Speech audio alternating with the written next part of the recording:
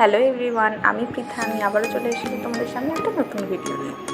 নাইকাতে চলছিল বেশ কিছুদিন ধরে একটা সেল, তো যার জন্য আমার কিছু জিনিস লাগতোই। তো সেগুলো অনেকবার দেখার পর আমি ভাবলাম যে নাইকা থেকে অর্ডার করা যাক।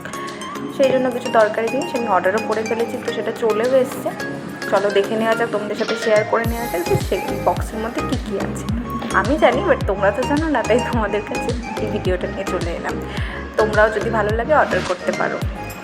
আমার একটা আইলাইনার দরকার ছিল, যেটা শেষ হয়ে গেছিলো। তো আমি এর আগে মার্সের আইলাইনার ইউজ করেছি, পেন্সিল লাইনারটা। তো এবার আমি দেখলাম একটু অন্য কিছু ইউজ করা যায় লিকুইডের মধ্যে। আচ্ছা, প্রথমেই তোমাদের সামনে যেটা দেখাচ্ছি সেটা হচ্ছে রেনিং নেল জেল। আমি ভালো রিভিউ পেয়েছি, অনেকে ইউজ করে খুব ভালো বলেছে, তাই আমি এটা একবার অর্ডার করে নিয়েছি। তো তারপরে যেটা দেখাতে চলেছি তোমাদেরকে, তার মধ্যে কী আছে চলো দেখে নেওয়া যাক।